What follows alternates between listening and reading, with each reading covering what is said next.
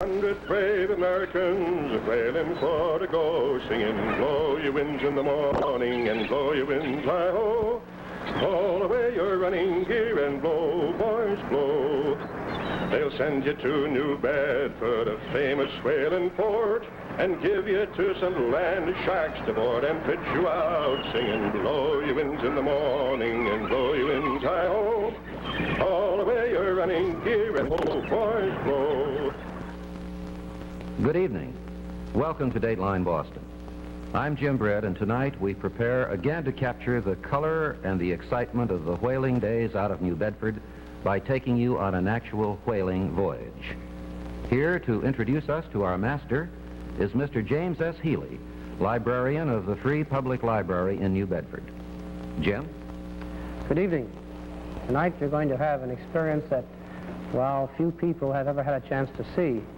And tonight, for the very first time on television, you will see the only motion picture film taken aboard an actual whaling voyage. And without further ado, and here is our Master of Ceremonies, Mr. Hegarty. Thank you. This film here was taken on the back Viola, a brig Viola.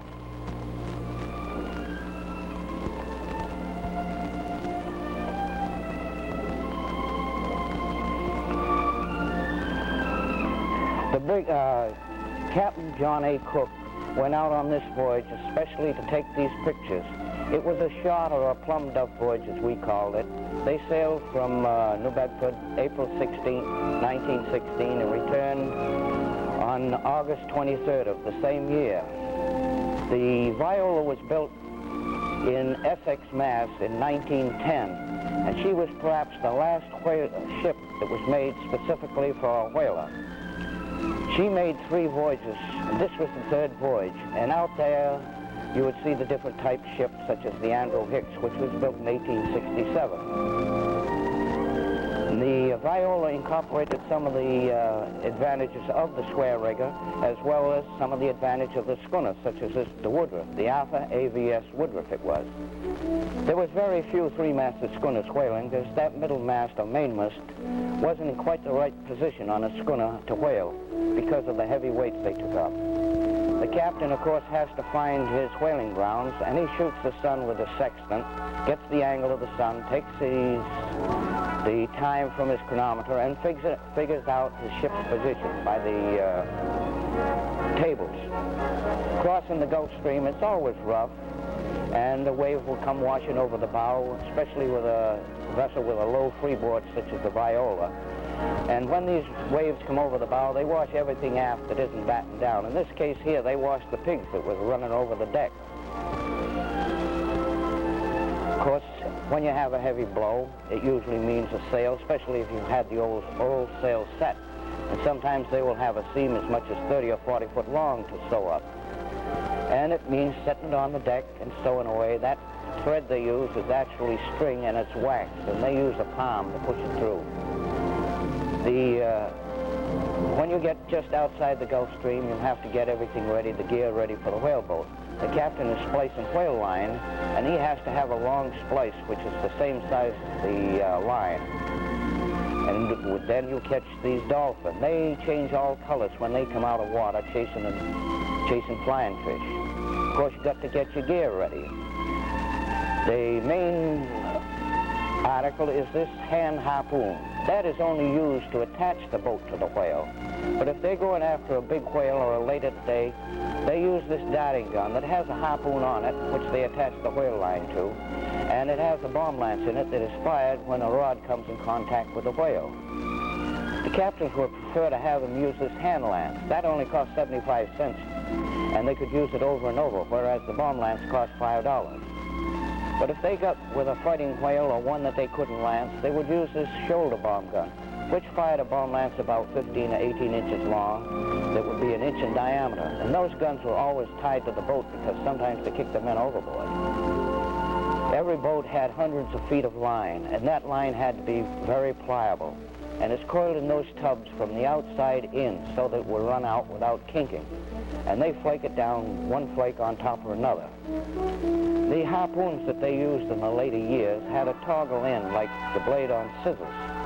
That was invented by a man named George Temple. He was a shipsmith in New Bedford. And that head is held back against the shaft with a wooden peg. Sometimes they would use a bomb gun on a small whale, and the bomb would go right through the whale. In this case here, the mate probably didn't push out the safety pin, which was nothing but a wooden peg. And as they get out across the Gulf Stream towards the Hatteras grounds, they sight whales. When they sight small whales such as these are, they sing out blows, and as the whales are larger, they drag out blows. And you can tell from listening to the men at masthead about how big the whale is. And these are sperm whales. You can tell every whale by the spout. And these spouts go forward at a 45-degree angle. And by watching the spout, you can tell how big the whale is.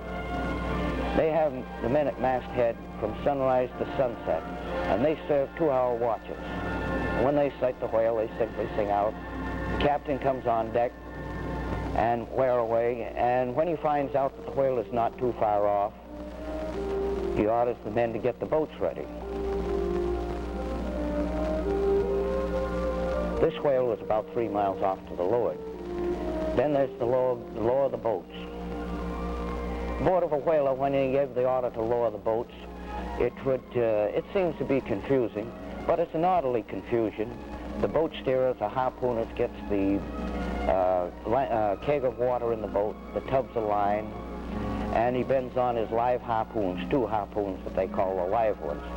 And the captain goes to masthead to keep track of the whales so he can signal the boats where they are. When they lower the boats, there's 6 men to a boat. 2 men will handle the after falls, and 2 men handle the forward falls. And the boat steerer, or harpooner, as most people know him, would be in the bow, and the mate is in the stern to unhook the boat. When they get the boat down, they shove off from the ship, and up goes the sail, because sperm whales have very acute hearing, and they can't make any noise whatsoever. The men even take their shoes off when they're in the boat. And these boats are the best sea boats ever been made. These are New Bedford whale boats. They perfected them over a period of 150 years. There's been many instances of ships being foundered, and the men have taken to the whale boats and survived the storm. The Viola was a 3-boat ship, and seeing as they was a school of whales, they lowered all 3 boats. And this will give you an idea of the parts of a whale as they're cut up in later pictures. That upper part is like a tank, and the spermaceti is in liquid form. It's about the color of olive oil. This lower part is practically solid, but it has some spermaceti in it. That has to be tried out. And just below that is the white horse, and it includes the whale's upper jaw. This jaw is where they get the teeth to make scrimshaw and the long part to make canes. On the whale, they start the blubber, taking the blubber off. It is thin, and they peel it off in a spiral, much the same as you peel an orange. They usually take it in 6 blanket pieces. But if the whale is small, they might take it in 3, or if the whale is larger, it might be 7. And the only part of the flukes that they ever use is a piece that they cut off to use as a squeegee to scrape oil up off of the deck. Now they've started cutting this whale in. They have the first blanket started. And usually the first mate and second mate is on the cutting in stage. And the Viola being a vessel with a low freeboard, every time she rolls, that cutting in stage goes in underwater. The men are not tied on. They simply lean against that pole. And there's been very few instances of a man washing overboard from those stages, because they have a rule aboard ship, 1 hand for the ship and 1 hand for yourself. And they're using the cutting in spade to separate the blubber from the meat. And they scarf it, and it's peeled off just the same as you would peel an orange. And that blubber is pulled up with the cutting in falls. When it gets way up as far as they can, or 2 blocks as they say, they cut a hole in it, hook the other cutting in falls in, and then cut the top off. And this piece is what they call a blanket of blubber. It'll weigh somewhere in the neighborhood of 10 tons. They let that swing aboard, and they lower it down on the deck with the black side down. That is so it won't curl. And they keep taking the blubber off. The first blanket piece they take off, and they also at the same time cut the through on the whale's head. And as the whale rolls over, they cut over on the other side. And they keep taking these blanket pieces one right after another and packing them on the deck. They have to do all this cutting in the daytime because the whaler, you don't have lights to work with at night. This day they took 2 whales, and this one here, this was from the larger one. You will see the hump on it. That is nothing but a layer of fat. It's much like the hump on a camel, only it isn't so large in proportion. The men forward there are pumping the windlass. That is the only power that they have aboard of a whale ship. Those blanket pieces sliding back and forth across the deck, they're pretty dangerous. The men have to be able to jump out of the way of them. A whaler, they would rather cut in a whale with a little sea running, because if the ship rolls, they use the weight of the ship to pull the blubber off of the whale, rather than men having to do all the work.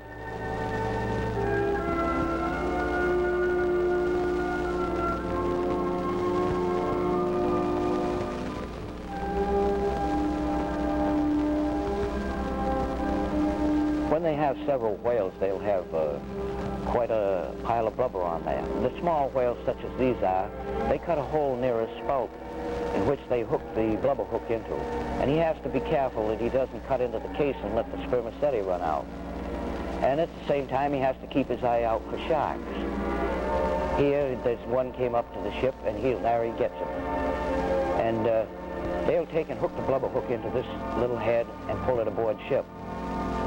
And brigs like the Viola would rather take 2 small whales than 1 great large one. They wasn't constructed so heavy as the ships and barks. That blubber hook, sometimes they'll take a piece of blubber or a head in so that it'll be so heavy that it will straighten that blubber hook out. They take these heads and haul them aft along the starboard side and lash them to the rail. They want to get the heads aboard as quick as possible because that has 1/3 of the value of the whole whale. And if a storm should come up, they will let the body go. At least they've got 1/3 of the catch out of it. And they simply take and tie them up there side by side. And this is a 15-barrel whale would be about 20 to 25 foot long. Under the present rules, they can't take a whale that size. They haul all these heads aft, tie them up to the rail. Meanwhile, they hold the blanket piece there. When they get the head lashed to the rail, then they continue peeling the blubber off. And of course, when you're cutting in whales, you have to have sharp spades, so there's always somebody turning the grindstone. And they tell a story about this fella. They were out there on the Hatteras grounds. It was kind of rough. The ship rolled, and he and the grindstone went overboard. Well, 2 days later, there was a large shark that didn't seem to be too healthy. They hauled him out, and when they opened him up, the man was in there, still turning the grindstone.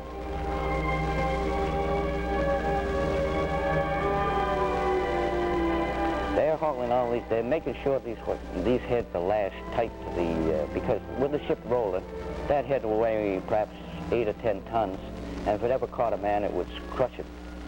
They have 5 whales at this time.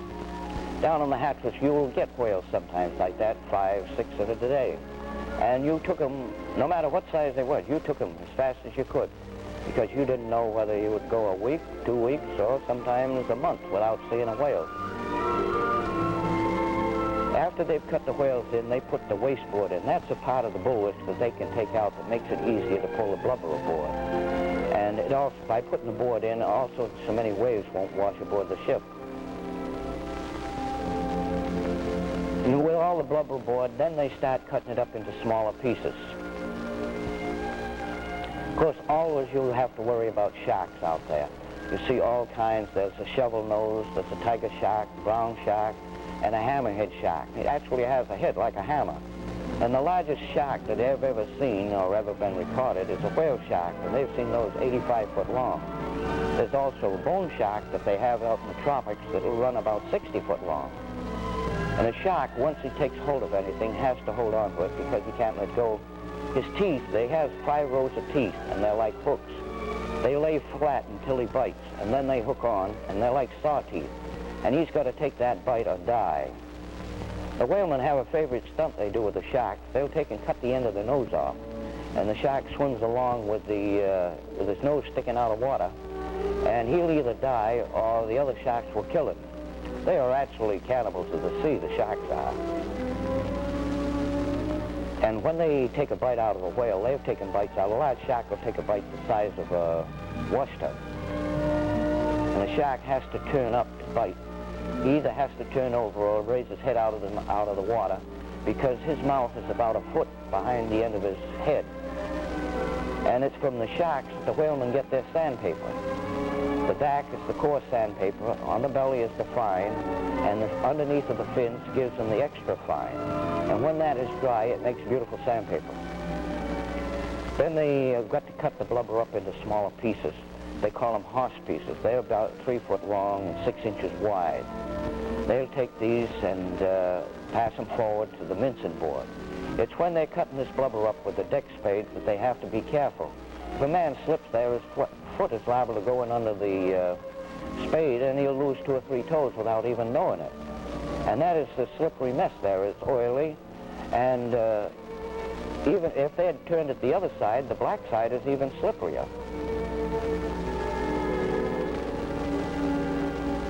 In the background, the try-works, they have started the try-works up, getting ready to dry out this blubber. It's a continuous process once they get started. These men are mincing the blubber. That's what they call books of blubber or Bible leaves. That is so they can take the oil out much easier. It's roughly the same process as it would be trying lard out of pork. Only instead of having a 300-pound animal, you've got one that weighs 40 or 50 tons. That man with the hat is bailing the oil out into the cooler so that it will cool. And the one on the right is putting the books of blubber into the try-works. And they continue this process until the whale is all tried out. And this can go on at night, this trying out. And the man at the right is mincing more blubber, and they have to keep working. There's no watch on and watch off in the daytime when you're trying out. And the only bad part of the bad smell on a whaler is when you get on the wrong side of that try-works to get that smoke. Because these scraps that they're removing from the kettles, they're like pork scraps, but they use those to keep the fire going. There was never enough wood on a whaler to try out all the whales, so they would take those blubber scraps and keep the fire going. They're just like pork scraps, and in fact they taste almost like them, but they're much larger. And they use the same tools you use at home. In the old days, there's 2 big iron kettles there. There's the skimmer. It's a little bigger than the one they have at home. And these fireplaces and under the kettles, and they, underneath that try-works is a tank. They call it a camboose or a goose pen. And it's filled with water and sand so the deck won't catch on fire.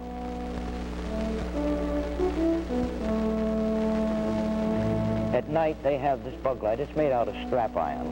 And they have the fire going with blubber scraps, and that's the only light they have.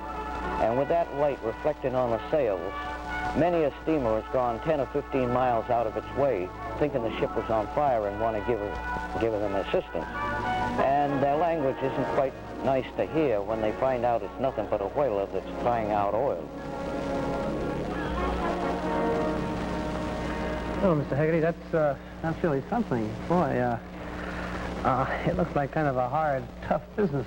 Well, everything aboard a whaler is hard. It's hard work. They didn't have anything but the windlass to do their heavy lifting with. Those pieces come swinging back and forth. Man, I don't think I'd want to be out there in the way of one of those things. Well, of course, this is the first installment of this film. We'll see some more next week.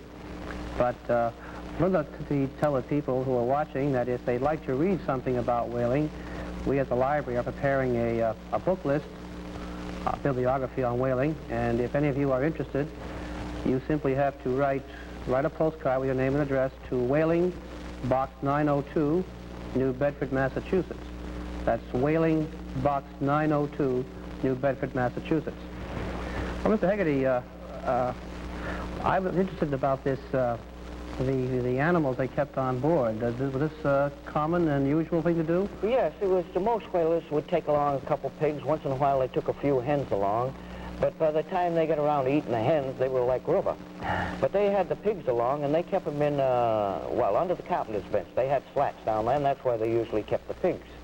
And the pigs would run around the deck when they're washing the deck. They'd wash the pigs off twice a day, same as they wash the deck. And they kept them under there, and after a while, when they grew quite big, then they would slaughter them, and they would have fresh pork. But as a general rule, most of them didn't want that down in the tropics because you can't keep pork very long. You had to eat it all up practically in 1 or 2 days. I see. Well, one more thing. I seem to recall your having told me at one time that as a boy, when you were on board the ship, one of your jobs was turning that grinding wheel. So yes, that was one of my jobs. One of the first jobs I ever had to do aboard ship. When I started turning the grindstone, I didn't have to sit down because I was just about the right height to turn it. But it seemed as though I was turning that for hours. I only turned it for a couple minutes. I couldn't turn it with the men putting the pressure with the spade on it. But I had to be initiated into it. Everybody has to. Well, I suppose it helped keep you out of trouble a little bit, which is always a good thing. Well, again, I guess we're just about ready to close up for the evening. I would like to remind you that we will have this little booklet for you, and then if you'd like to have it, just drop us a postcard. Address it Whaling Box 902, New Bedford, Massachusetts. And I guess we'll be back next week to see some more of that film, Mr. Hager. Yes, we will, the other half. Thank you, gentlemen. Our thanks to Jim Healy and Reginald Haggerty for tonight's interesting experience on film. Next time, by the way, on Whaling Days, we are going to see the actual pursuit and capture of a whale on television. That's Whaling Days, Dateline Boston. All the way you're running, gear and blow, boys, blow. And now we're out to sea, my boys, the wind's beginning to blow. One half the watch is sick on deck and the other half below, singing, blow ye winds in the morning and blow ye winds high-ho.